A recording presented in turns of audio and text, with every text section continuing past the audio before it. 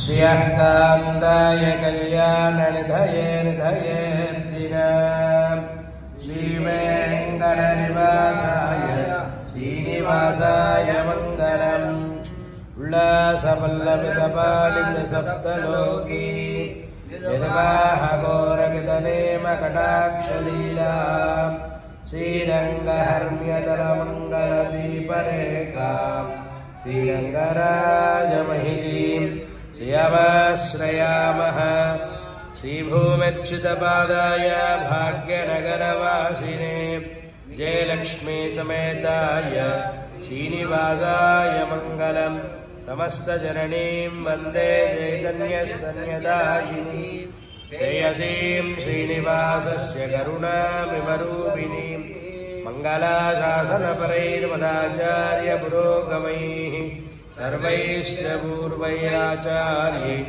सकृदायास्तु मङ्गलम्।